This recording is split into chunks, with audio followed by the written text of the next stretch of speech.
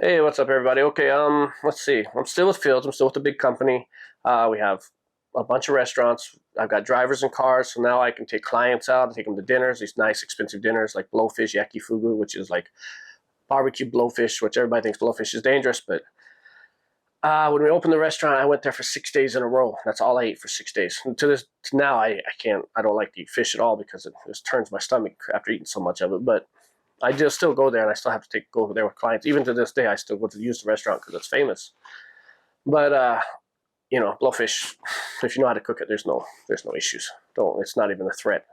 Now, if you don't know how to cook it to cut out that little poison thing or whatever, then yeah, you're screwed. But in Japan, you have to have all these license certificates saying that you know what to cut.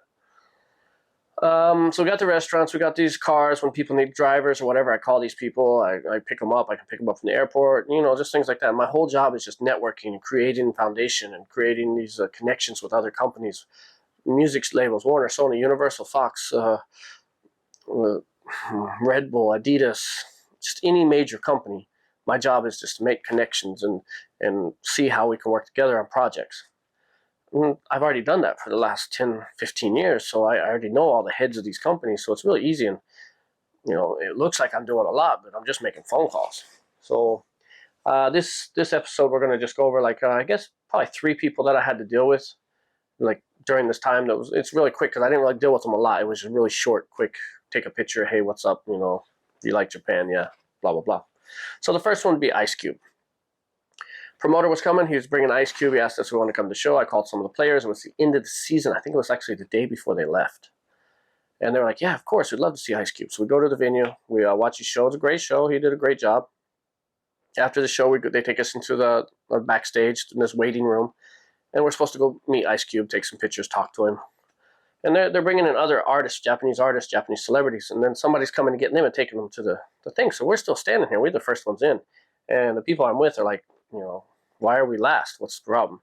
And I kind of know the promoter's way of thinking is the people last get the most time. The people first, they rotate them as quickly as possible. In, out picture kind of thing. But the problem with that is if the artist gets tired or bored of somebody like Ice Cube, I mean, I don't know him personally, but I know his personality in the sense of, from his history, he's just not a, hey, let's wait around and take a picture because I need to type guy. He's more of a, we're done, let's go guy. And so that was the issue. So we're waiting there, and they're like, you know what? I'm not going to sit here for another 10, 15 minutes. If they're not going to take us up there, let's go. So I'm like, all right. So right when we come out of the back room, the upstairs was where Ice Cube was in his room. So they were coming down as we was coming out. Now, it's us and it's three other guys, and they're baseball players. They're big, American baseball players. And then there's Ice Cube and his 3 or 4 bodyguards, which are actually pretty big guys too. So we're in a traffic jam in the middle of the stairwell. And I was like, oh, sorry. And my guys are trying to push their way to go downstairs. They don't realize that it's Ice Cube. And, his bodyguards are like, stop, they're just doing their job. Nothing bad about them. But they weren't the most generous giving people at the time. And they're tired, they're busy, whatever the deal is. And they just saw 3 or 4 big guys coming out of nowhere. So, of course, they're going to get jumpy.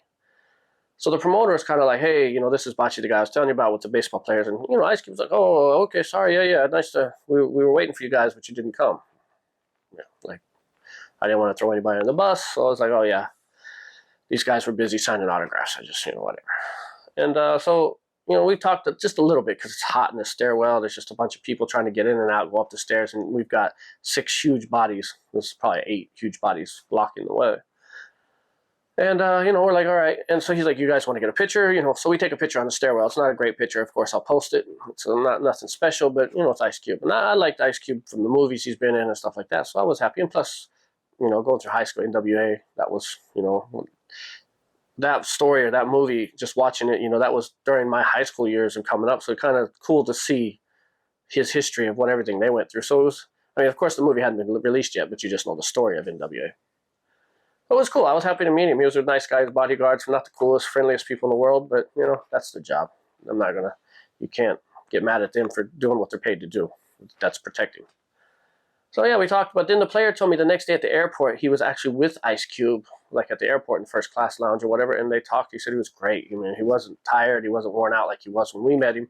And they had a good conversation. He was like, he's really cool, down to earth. And I think he apologized to him for, rushing through things and stuff. that was cool. The next guy would be Craig David. Craig David, another same promoter, I think, brought him over. Some brand promotional thing, I think, some clothing brand or something brought him. He did a little show afterwards, went backstage, and he was nice. He was really like extremely open-hearted, open-handed, like, pictures with everybody, autographs. He didn't care if anybody come in. He's like, get a picture, get a picture. And while we were talking, because he's interested, of course, in the athletes, the baseball players, and we're talking, and he's just asking questions, and people are coming in and out, and he never was like, all right, shut it down. He was just, anybody that came, picture, picture, picture. He was actually really cool. We talked for probably 30, 45 minutes, and then I think they went to dinner or something. We didn't go. But Craig David was actually, one of those people that you're like, wow, he was good people. The third person, I don't want to say the name because it's not a great story in the sense of, okay, it's kind of a hip hop artist that when I was younger, he was popular, and he's actually been in movies and stuff too. And so he was coming. I think maybe the same promoter, maybe different, maybe a label had asked me, hey, so and so's going to be in Japan. He's doing a couple shows. Do you want to come to shows? I'm like, yeah, sure. So I go to the show. After the show, I go backstage to meet him, and he's a good kid. He's a good guy. We're probably about the same age. He's a good guy, and his people around him are like, yo, we want to go out and hit a club or check whatever out stuff. Can you know anything? And it was like a weekday, so I was like, yeah, I can set something up for you. Just let me know what you're looking to do and things like that. It's like, yeah, just the six of us or five or six of us just want to go out and have a few drinks. We travel, tomorrow. I'm like, okay. So I get their contact, and I'm talking to the artist, and he's like, yeah, set it up. I heard you're the guy. I'm like, yeah. So I call some clubs. One club is closed. Another club is like, they nothing special. Another club is like, well, we do have an event going on, and actually that's the same club that I took the Hip Hop Mogul's son to in one of the other stories if you watched it. So they're like, yeah, you guys can use the third floor VIP, and and the rest of the club should be pretty full tonight. It's a pretty good party. It's a pretty good event. And you guys can use the third floor to yourselves and then come down to the first floor to mingle if you want. It's like, yeah, perfect. So I call his people. I was like, this is the deal. This is what's set up. We have the third floor. Nothing, no cost. And they're like, yeah. Well, there's like 8 of us now. So, what's the best way? So I call a limousine. I get a limousine ready for them. My friend owns a limousine company, so they go to pick them up. Now, these guys are eating dinner. It's taking forever. They're already like an hour and a half, 2 hours late. So the limousine's just waiting out front. And I go meet the limousine there because I feel bad. So I'm like, Jesus Christ, 2 hours. Finally, they come out. It's fine. Clubs in Japan start really slow. Now it's like midnight or so. So I'm like, it's fine. So we get in the limousine, put them all in the limousine, and we drive over to the club, the venue. And they go upstairs to a private elevator, and they get to the third floor. Now, the third floor is like a VIP lounge, which is just for VIP. You have to go downstairs to the stairwell to get to the club floors. One is like the first floor is R&B, and the second floor is hip hop, and they split it up so you can go either one. And these are hip hop artists and stuff and dancers. Well, I figured they would have a good time. So we get up there, and they look around. They're like, yeah, I'm not feeling this. I'm like, there's people downstairs. The club's actually pretty full. They're like, yeah, no, I think we're just going to do karaoke. And so he's kind of like, yeah, sorry, we're not in. We'll just go to karaoke. So I'm like, oh, okay, well, hold on. Let me get the owner up here at least to say hi to him because he said, he gave us the whole third floor. So I'm going to check out to get the owner to come greet to him just to say hi and try to figure out how am I going to salvage this thing. One of my security that I brought there, he comes and gets me. He's like, yo, dude, they're leaving. They're in the elevator. So I run downstairs, and I meet them downstairs, and they're all out there walking away. And I'm like, what's going on? And they're like, yeah, we're not feeling it. We're just going to go to karaoke. I'm like, well, I got you the limo. And they're like, yeah, we don't need it. We can walk. Just totally rude. Just totally just disrespectful. They got them a club. I got them the VIP room. I got them free, no cost. Got them a limo. And they literally left in 5 minutes. The owner didn't have time to come up the stairs to greet them or come down, make it downstairs. And they just walked away. And they just walked down the street.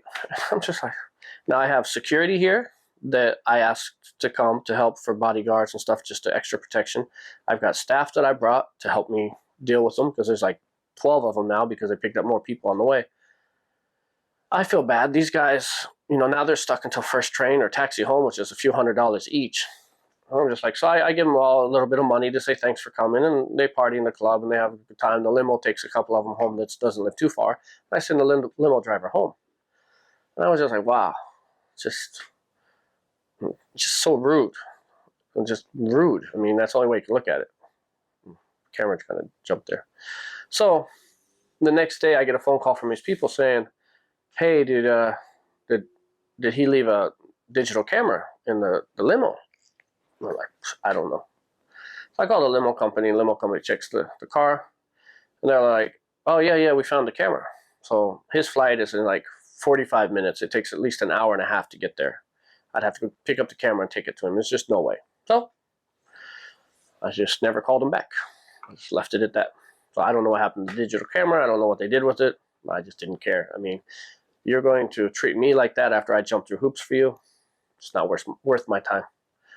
So that's 3 people I dealt with. Hope you enjoyed it. Not too long of a video.